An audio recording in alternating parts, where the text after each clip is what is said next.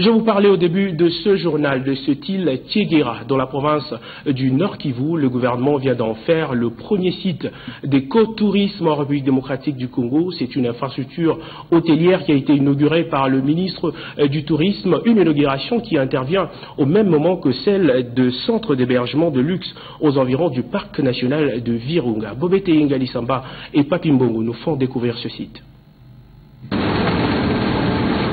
Le ministre du Tourisme, Elvis Mutiriwa Bachara, a effectué un bref séjour de travail dans le Nord Kivu du 21 au 23 août 2015 dans le cadre de la relance des activités de l'industrie touristique, principalement en rapport avec l'écotourisme. Aussitôt arrivé à Goma, le patron du tourisme congolais qu'accompagnait le directeur général de l'ICCN, Cosma Wilungula, et Emmanuel Demerode, directeur ICCN, secteur parc national de Virunga, s'est rendu sur l'île touristique de Tchéguéra pour l'inauguration d'un site d'hébergement touristique haut de gamme. Site complètement intégré dans la nature avec des chambres totalement modernes, salles de bain et toilettes y compris. Le tout sous des tentes afin d'y asseoir et d'y développer l'écotourisme, un des maillons du secteur. Sur place, le ministre Elvis Mutiriwa Bachara a eu des entretiens avec l'ambassadeur de l'Union européenne, Jean-Michel Dumont. Au menu, la finalisation du processus d'identification des projets touristiques à financer par l'Union européenne dans le cadre du 11e FED. Après Tchéguéra, cap sur Boukima, un site d'hébergement touristique et point de départ des touristes pour la visite des gorilles de montagne. Ici, le ministre a recueilli les avis des touristes américains, français et grecs sur la qualité de l'offre touristique de la RDC. Émerveillés par la beauté du pays, ces touristes ont vanté la qualité des services offerts par l'ICCN en termes d'encadrement et du professionnalisme des guides de montagne pour dialoguer avec les gorilles, ainsi que la haute qualité d'hébergement offert. Autre infrastructure hôtelière inaugurée par le ministre, c'est le lodge de luxe à Rumangabo, à quelques kilomètres de Goma. Le lodge Mikeno offre une diversité des services et des facilités aux touristes d'ici et d'ailleurs. Pour le ministre Elvis Mutiriwa Bachara, toutes ces réalisations permettront à la RDC d'accueillir davantage des touristes internationaux et d'inciter les nationaux à s'intéresser à la pratique et à l'exploitation du tourisme et faire de la RDC la nouvelle destination du monde.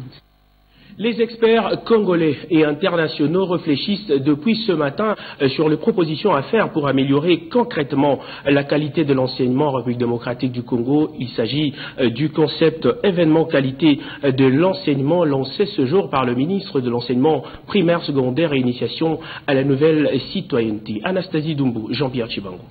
Les enfants bénéficient-ils d'assez le temps pour apprendre? Quel support et quelle méthode pour assurer un enseignement de qualité? Autant de questions seront abordées au cours de ces travaux événements qualité de l'éducation qu'organise le ministère de l'enseignement primaire, secondaire et initiation à la nouvelle citoyenneté avec l'appui des partenaires techniques et financiers du système d'échange d'expériences sur Comme chaque lundi, la Troïka stratégique s'est réunie autour du Premier ministre Matata Ponyo. Le dossier de l'avion de Congo Airways, la reprise du train entre Kinshasa et Matadi ainsi que la situation de la paix ont constitué les points focaux de la réunion de ce matin. Le compte rendu, c'est avec le ministre Henri-Yves Moulang de Finances. Il est au micro de Guy Matoun. On l'écoute.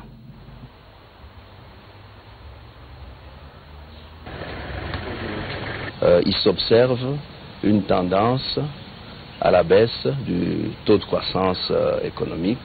Cette tendance est consécutive à la situation qui s'observe au niveau de certains pays émergents où on constate une baisse de la demande qui influe sur le taux de croissance économique.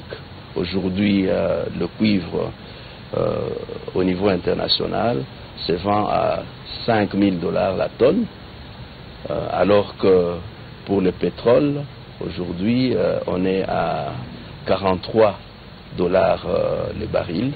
Et cette situation a des répercussions naturellement sur la situation économique du pays. Il s'observe également un ralentissement de l'activité économique. Cependant, les fondamentaux restent sous contrôle. Le taux de change est de 924 francs congolais le dollar. le taux d'inflation est à moins d'1%, et d'une manière générale, la situation est sous contrôle. Naturellement, la paye du mois d'août se poursuit normalement. La Troïka a eu également examiné, comme je l'ai dit en introduction, quelques dossiers spécifiques. C'est le cas notamment de la saisie de l'avion de Congo Airways. Et à ce niveau, toutes les dispositions sont prises pour obtenir très rapidement la main levée.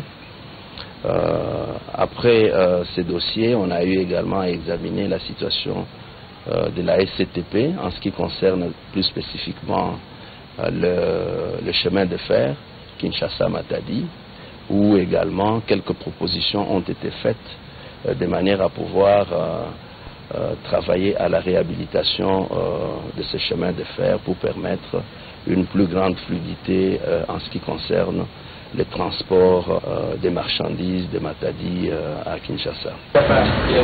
Et sachez également que le Premier ministre Matata Ponyo a eu une séance de travail en fin d'après-midi avec le directeur général chargé des opérations pour l'Afrique centrale et orientale à Kibali Gold Mine. Vous aurez des images et commentaires au cours de nos prochaines éditions. En santé, une femme qui allait, je vous le disais, doit ajouter 2 repas supplémentaires dans son repas habituel. Elle est obligée de consommer des légumes, des fruits et beaucoup d'eau pour produire plus de lait maternel. Cette recommandation des nutritionnistes lui est rappelée même lors des consultations prénatales. Clarisse Koko Kapalaye, Elvis Ndaya. L'allaitement maternel est une pratique qui consiste à nourrir les bébés au sein. Les aliments que consomme la mère se transforment en lait maternel. En tout cas, j'ai mangé tout ce que j'ai mangé comme d'habitude. Je prenais du thé comme toute une femme qui vient d'accoucher. Je bois d'abord beaucoup du thé, pas du thé rouge. Par jour, je prends au moins 3 gobelets de lait. Je mange souvent le légume et il faut beaucoup aussi manger de fruits pour permettre aussi afin que notre enfant ne puisse pas faire la constipation. Ces derniers contiennent 90% d'eau pour étancher la soif du bébé, toutes les vitamines possibles ainsi que les sels minéraux. Voilà pourquoi une femme qui allaite doit bien se nourrir. Nous recommandons que à chaque repas qu'il y ait de l'équilibre alimentaire, que les repas soient composés de 3 groupes d'aliments, qui est les aliments protecteurs, qui protègent comme les vitamines, qui est des aliments qui construisent le corps, comme les protéines, et les aliments énergétiques. Les aliments énergétiques, on les regroupe en 2 parties. Il y a les aliments qui sont riches en sucre et aussi les lipides, donc les huiles que nous mettons dans des aliments. Et nous demandons que ces aliments-là sont pris de manière diversifiée. Ça veut dire quoi? C'est-à-dire que nous avons des aliments protéiques. Tu ne dois pas manger chaque fois des poissons. Les poissons, il faut aussi diversifier, tirer les bienfaits de chaque nutriment dans tous les groupes. Maintenant, comme les aliments protectés, je dois prendre soit un fruit ou un légume à côté pour avoir un aliment complet. Et à midi, ça dépend, je peux manger les foufous, soit les pondous et la viande. Et à part ça, les femmes qui allaitent doivent consommer beaucoup d'eau. Le nombre des repas de la femme allaitante doit être augmenté parce qu'elle mange pour 2 personnes. Nous disons une femme qui allaite doit avoir 2 repas supplémentaires, c'est-à-dire dans sa ration. Vous savez, parce que nous tenons compte de tout ce qu'il y a comme difficulté. Une femme qui n'a qu'un repas par jour, vous lui demandez d'aller en avoir 4, je crois que ça sera difficile. Mais si elle a déjà 1 et qu'elle peut en ajouter 2 pendant la phase d'allaitement, c'est déjà bénéfique pour elle. Et souvent, les mamans pensent que pour manger, non, c'est tout ce qui nous entoure. Si tu dois avoir un régime avec des potages, les pondous, les matembele là, quand c'est bien, avec beaucoup d'eau là, ça va procurer beaucoup de production de lait. Et le lait maternel, c'est d'abord que la maman accepte d'allaiter son enfant. Si une mère accepte d'allaiter son enfant, généralement, elle produit suffisamment du lait. Déjà aux consultations post-natales, les mères sont informées et sensibilisées sur les régimes alimentaires. Malheureusement, l'échantillon qui vient à l'hôpital est minime. La bonne alimentation de la mère favorise aussi la bonne croissance de l'enfant car le nourrisson dépend totalement de sa mère. Nestlé RDC vient de lancer un nouveau produit. Il s'agit du lait en sachet de 13 grammes appelé Nido Essentia Nutripack. Ce lait contient des micronutriments tels que le fer et la vitamine A pour lutter contre la carence en fer chez les enfants et les femmes enceintes. L'inauguration de la nouvelle ligne de production des Nido Nutripack est intervenue ce mardi. Cérémonie présidée par le vice-premier ministre de l'Emploi Willy Makiashi. Un reportage de Magimbu Kumuzembe Esther Mpezo sur les images d'Elvis Ndaya. C'est dans le souci de lutter contre la carence en micronutriments, précisément le fer et la vitamine A, que la société Nestlé RDC vient de mettre sur le marché un nouveau lait en sachet de 13 grammes Nido Essentia Nutripack. Ce lait contient le fer, les vitamines A, D, C et le calcium essentiel pour les enfants et les femmes enceintes. La nouvelle ligne de production du lait Nutripack a été inaugurée ce mardi par le vice-premier ministre et ministre de l'Emploi Willy Makiashi. Après la coupure du ruban symbolique, les différentes personnalités ont visité les installations de Nestlé sous la conduite du directeur général de cette société. Willy Makiashi se dit flatté, il a promis l'accompagnement du gouvernement. Nous nous sommes rendus compte que la sécurité et la santé au travail également étaient au rendez-vous. Donc nous encourageons ces partenariats publics-privés. Le gouvernement de la République est derrière et nous venions féliciter Nestlé qui réalise la conception de la modernité et qui fait honneur et donc au concepteur de la modernité que le président Joseph Kabila.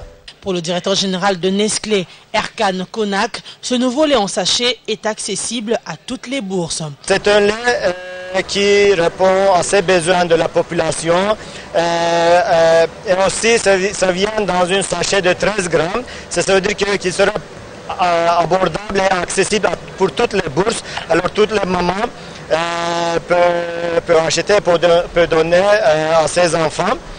Nido Nutripack enrichi en fer aiderait les enfants à être plus actifs et plus performants à l'école. Notons que le fer contribue au développement du cerveau, à la croissance des enfants dans les fonctions du fœtus et très vital dans le processus de production de l'énergie dans le corps humain. La carence en fer provoque le retard de croissance, une faible résistance aux infections, l'anémie et une diminution des performances intellectuelles. Il s'est de noter que Nestlé reste leader en matière de nutrition, santé et bien-être.